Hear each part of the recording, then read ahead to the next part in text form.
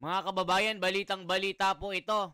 Senador Marcoleta, meron na pong sagot dito po sa mga paratang ng mga kumakalaban po at ayaw pong tanggapin ang witness na ibinigay ni Senador Marcoleta dito sa Senado na sinasabi nilang binayaran, peke ang pirmahan ng abogado at hindi po credible na maging witness at naninira lamang sa mga akusado na si Saldico at ni Martin Romualdez. Ngayon po mga kababayan, magbibigay liwanag po sa atin ang sasabihin po ni Senador Marcoleta dito. Ano ba talaga ang nangyari? Bakit nagkaroon po ng communication between Gutesa at Marcoleta? At ano po itong sinasabi nila na peking affidavit? Okay, ito na po mga kababayan. Para po malinaw, para yung mga kumakalaban po sa layunin ni Senador Marcoleta, hindi nyo po matitibag ito.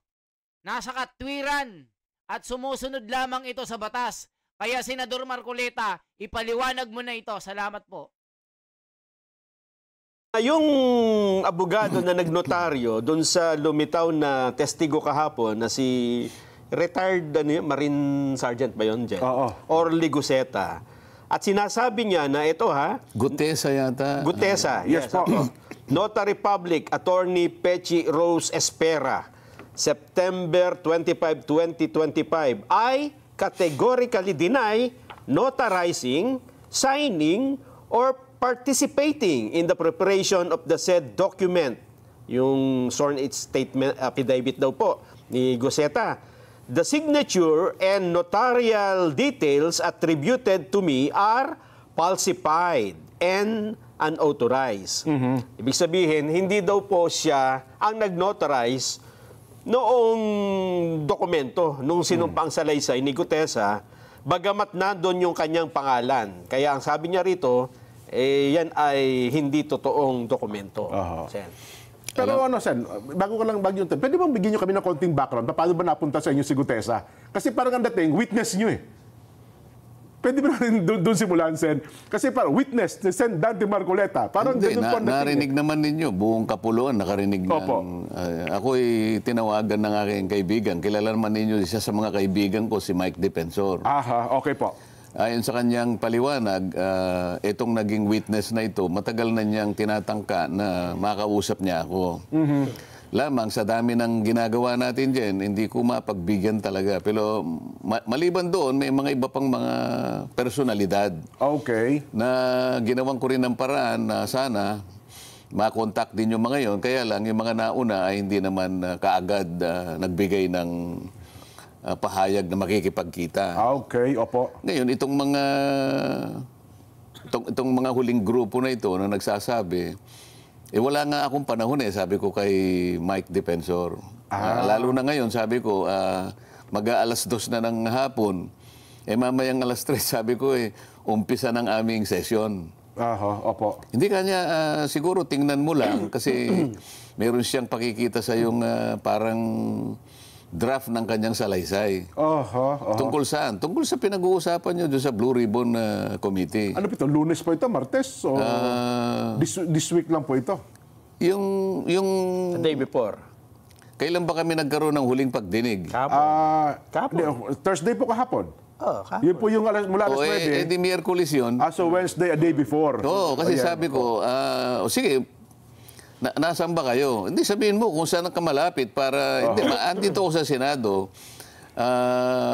Merong lugar dyan yung Seascape. Alam ko yun, sabi niya. Kasi yun, 5 minuto lang. Mula sa Senado. Mula sa Senado. Kaya, siyempre, inconvenience ko naman ang aking inaalala para makabalik ka agad ako. Opo. So, tinignan ko yung... meron nga silang isang draft na pinakita sa akin. Ngayon, tinitingnan ko sa aking palagay, talaga baka akong sarili mong gawa yan. Kasi yung ibang mga pagkakatagalog kasi, pasensya na po kayo kasi hindi po ako Tagalog, Bisaya po ako. Taga saan ka baka ako? Masbate. So ang Masbate, Jen, Nelson, ay parte ng Bicol Region. Ngunit Yes po. ang salita doon, ang prevalent na salita is Bisaya. Opo, halo yung Bisaya at Bicol. Pero okay lang, sabi ko, naiintindihan naman yan. Maliban lang yung spelling, pakicorrect nyo na kasi mga spelling naman, mali-mali. Yung iba, hindi naman marami. Yun lang ang nasabi ko. O sige ka, kung hindi ako magtatagal, sabi ko, Mike, paki-assistin nyo na lamang siya na ma-finalize yan kasi drop lang eh. So ito rin po yung si Orly. Si Master Sergeant Orly po yung tinutukoy. Nandun siya. Okay, nandun naman si Mike at saka yung ibang mga kasama niya. Ang requirement ko lang, sabi ko, siyempre, pandagdag naman na kumpiyansa sa akin yun. Ipanotaryo nyo naman para hindi lang yung dinala nyo sa akin, walang notaryo. Bagamat alam ko naman na harap siya sa Blue Ribbon, hindi mo naman may iwasan na susumpa siya doon. At pagkasumpa niya, pababasa ko talaga yung nilalaman ng kanyang salaysay. At mula doon, pagtatatanungin na siya ng miyembro ng komite. Malinaw yun. Pero yung para sa akin lang na pansarili kong nagustuhan, yung pagbigyan niya sa akin, notaryado. Para makatiyak kayo. Para makatiyak ko kasi siguro nung iwanan ko sila, mga 2:30 na siguro yon. May panahon pa naman silang kumuha o humanap ng magnunotaryo. Umalis na ako noon. At sabi ko, bago ko umalis, sige, kung talagang buo sa loob mo at talaga namang gusto mong ihayag yan sa publiko, bukas ka ako, ang oras ay 9:00 ng umaga. Siguro 8:30 para nandun ka na para makasiguro kang makapasok ka sa tamang oras. Yun po yung Webes. Yung Webes yun. Okay, opo. So, yun ang pinagtapusan. Ngayon, kung darating siya, di okay. Kung hindi siya darating, okay din sa akin. Hindi nyo rin na-expect na pupunta? Sinabi ko nga, kung talagang buo sa loob mo, di ba?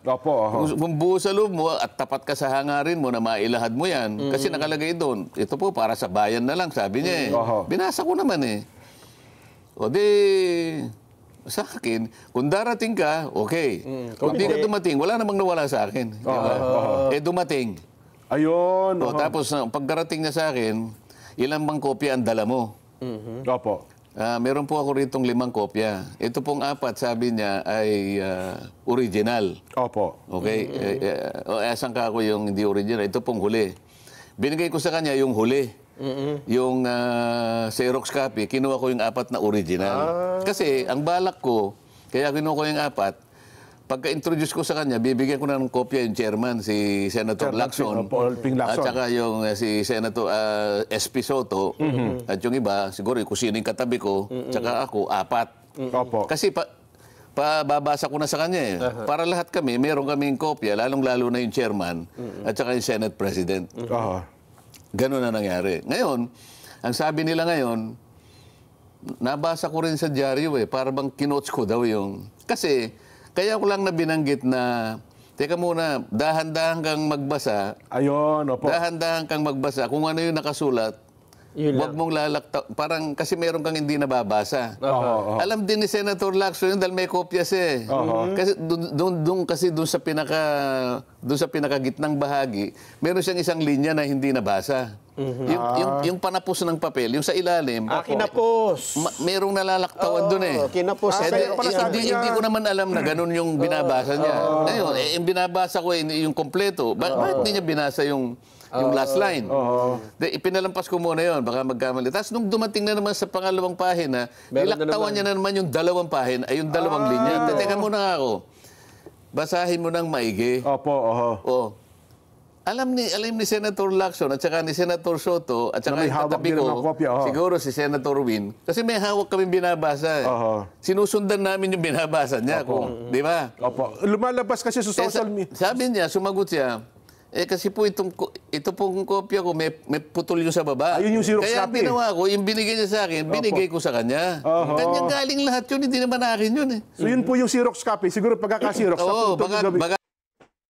So, yan mga kababayan, sinasabi kasi na scripted itong ginawa ni Orly Gutesa na tinuturuan ni Marcoleta. O, kita nyo po, siya mismo gumawa ng kanyang salaysay, nakipagkita lamang, inano sa notaryo, inantay pa ni Senador Marcoleta, tapos sasabihin nyo, pineke ni Marcoleta. kino-coaching niya itong si may nalalaktawan, may kopya si Lacson, Tito Soto, Erwin Tulfo, at iba pang mga senador. Tapos paparatangan nyo si Marcoleta na dadayain niya ito. Babayaran niya itong Orly Gutesa na ito na Marine. 'Di ba?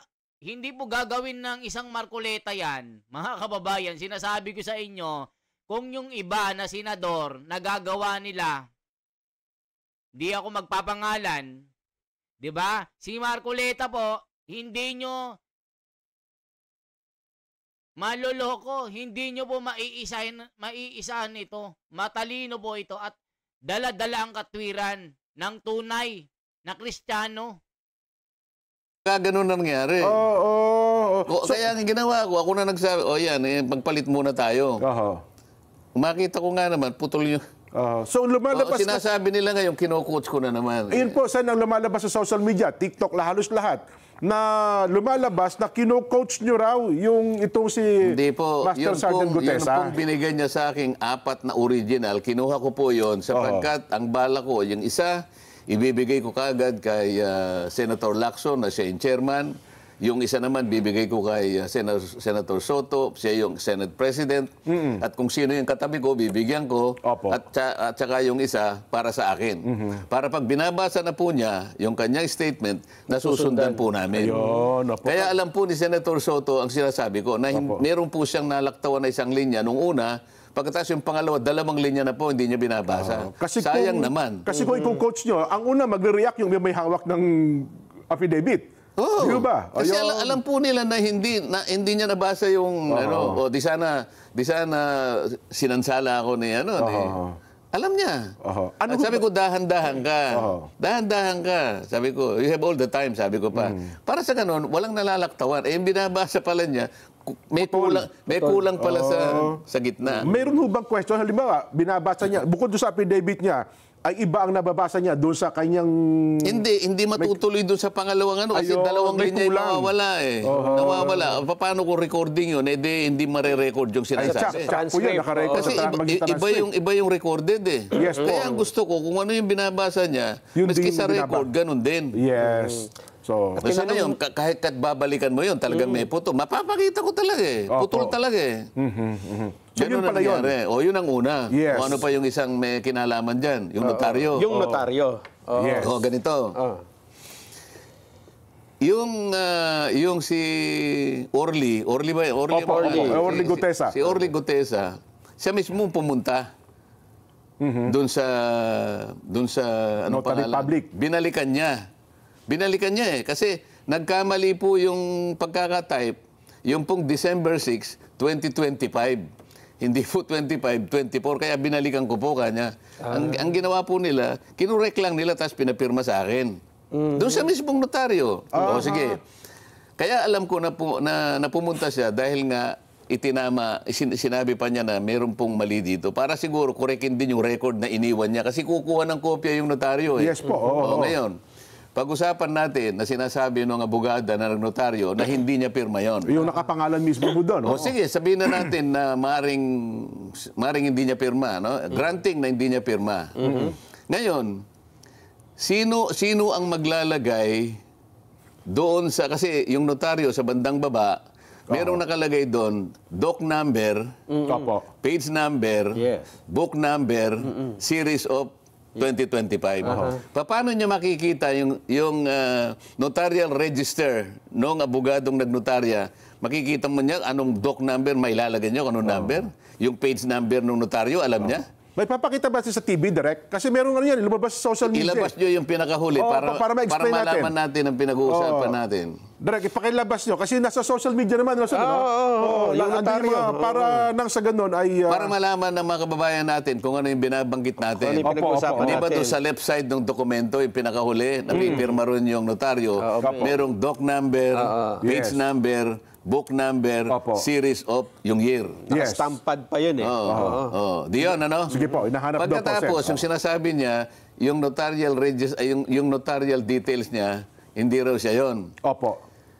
Ibig sabihin, si Gutesa, kinuha niya yung stamp na yon, itinatak niya doon sa mismong lugar na kung saan siya magnonotaryo, saan niya kukunin yun kung hindi bibigay sa kanya? O, pagkatapos yung dry seal. Yes, isa pa yun. So, ibig sabihin, si Gutesa pumasok sa kanilang opisina, siyang naglagay ng dry seal. Kung yun ang pagbabatayan natin batay sa kwento nila. Paano magagawa nung Nung Gutesa. Gutesa? So, ibig sabihin, sila rin ang gumawa nun. Ngayon, kung sino man yung pumirma doon at hindi nga siya, pananagutan ng pananagutan ng abogado. Nakapirma. Sana mapakita para malinaw.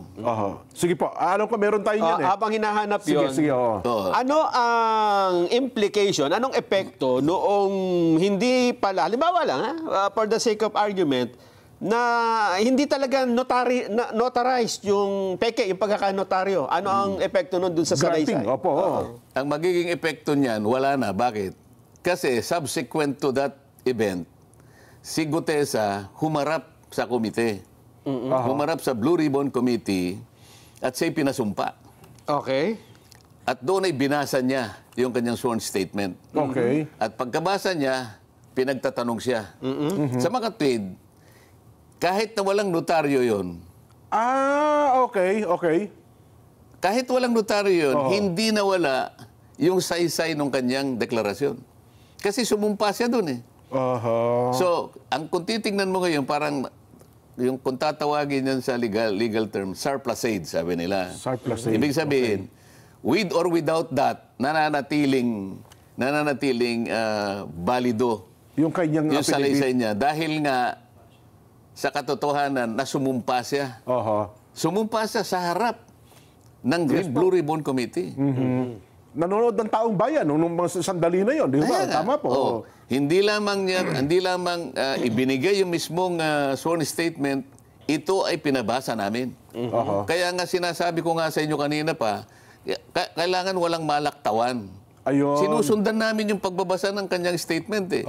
Dahil recorded yun. Recorded yun. Paano kung halimbawa, tingnan natin ang record, yung isang linya nawala. Pagkatapos sa susunod na linya, wala na naman. Kulang-kulang yung binasa niya. Magkakaroon ng problema doon. Ayun. Kaya ako pinaulit sa kanya. Ulitin mo, dahan-dahan ka lang. Para recorded. Sa kanya yun, salita niya yun eh. Ito sa okay na raw. Ipakita natin sa telebisyon yung binabanggit o yung dokumento. Hindi, yung pinakahuling, yung huling pahina. Nandun yung... may pirma. Yan. Ilaki mo nga yun. Ayun, meron nakalagay doc number. Opo. Sinumpaan at nilagdaan, Hindi yung doc number nasa Doc baba. number 255. Doc number 255. Paano makukuha Page number 54. nung yung number ng document? Kasi makikita mo sa notarial register, susundan mo yun eh. Ang pinanggalingan mo siguro 254. So ngayon sa kanya 255. Page number. Page 58 sabi niya yata. Book number. Ano ba yun? Hindi ko po maintindihan. Parang letter V. Saan kukunin ni Gutesa yan? Gutesa. So ang nag-provide yan, yung notarial staff, kung sino man yun, kung wala man yung abogado, may sekretarya siya, at saka yung sinasabi ko sa yung stamp na yun, yung kulay asul. Yun ang detalye ng notarial commission niya. Ibig sabihin, si Gutesa, nakuha niya yung stamp na yun, siya mismo nag-stamp na gano'n, at nakuha niya yung doc number, nakuha niya yung page number, nakuha niya yung book number. Pagkatapos, dyan sa mismong lugar ng detalye na yan, meron dry seal yan. Or yung dry seal. Nakita niyo may dry seal? May dry seal. So, sa mga tweet, pati dry seal, nakuha ni Duterte. Paano niya mapapasok yung opisina? Yun daw pong Kung pirma. sasabihin niya na hindi niya pirma, nasa sa kanya yun. Ayun. Pero, hindi po pwede na si Duterte ang pumirma niyan. Kasi sila nang gumawa lahat eh. Ayun. Tapos May kasalanan dyan ang notarial... kung sino man doon sa notarial office. Kung sino man. Bakit? Pat mo pinayagan na mailagay lahat yung detalye na yan. Pakukuha ko yung kanyang notarial register. Pagka tumama dyan, ibig sabihin sila yung naglagay niyan. Hindi si Gutesa. Hindi ba matatamper yun, Sen? Halimbawa? Hindi matatamper yun. Tuloy-tuloy yung number niya. Kasi makikita. pagkatapos ng isang buwan yan, o kung merong ganyan, i-report i-report mo sa RTC na kung saan nakakuha ka ng komisyon.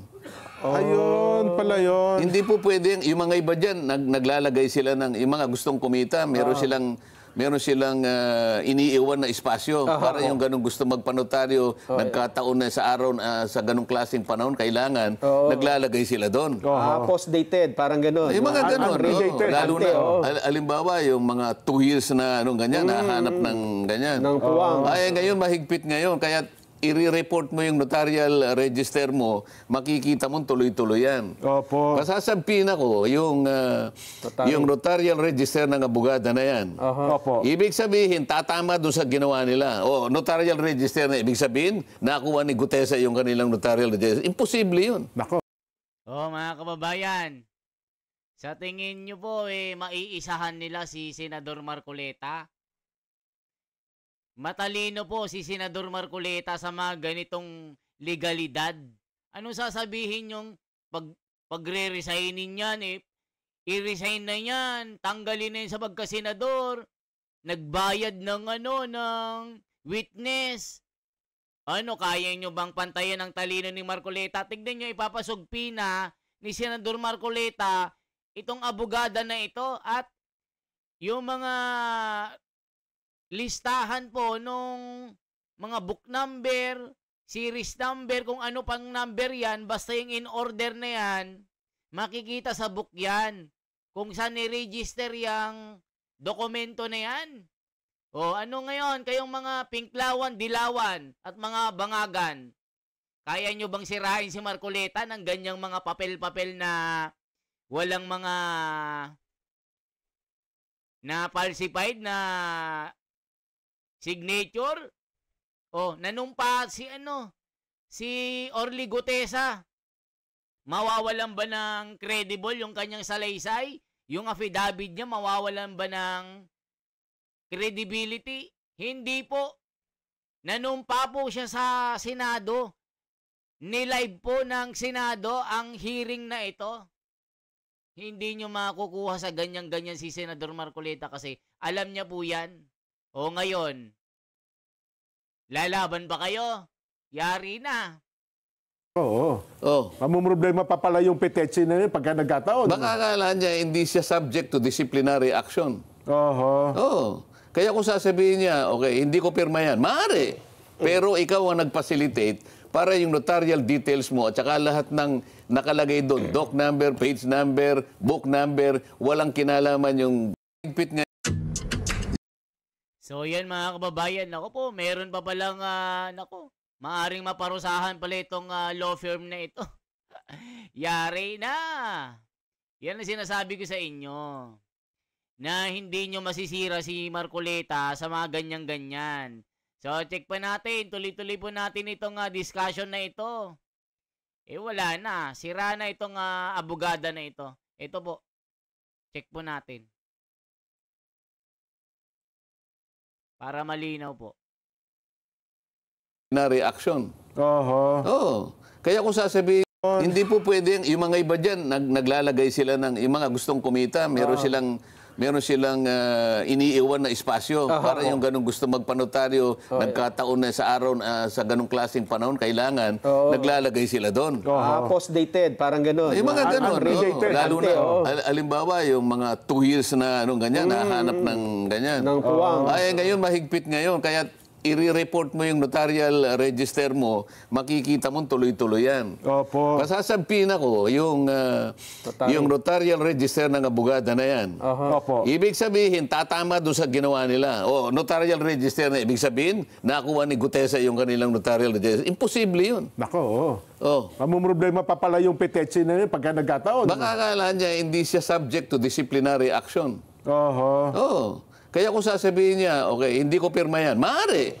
Pero ikaw ang nag-facilitate para yung notarial details mo at saka lahat ng nakalagay doon, doc number, page number, book number, walang kinalaman yung Gutesa na yun.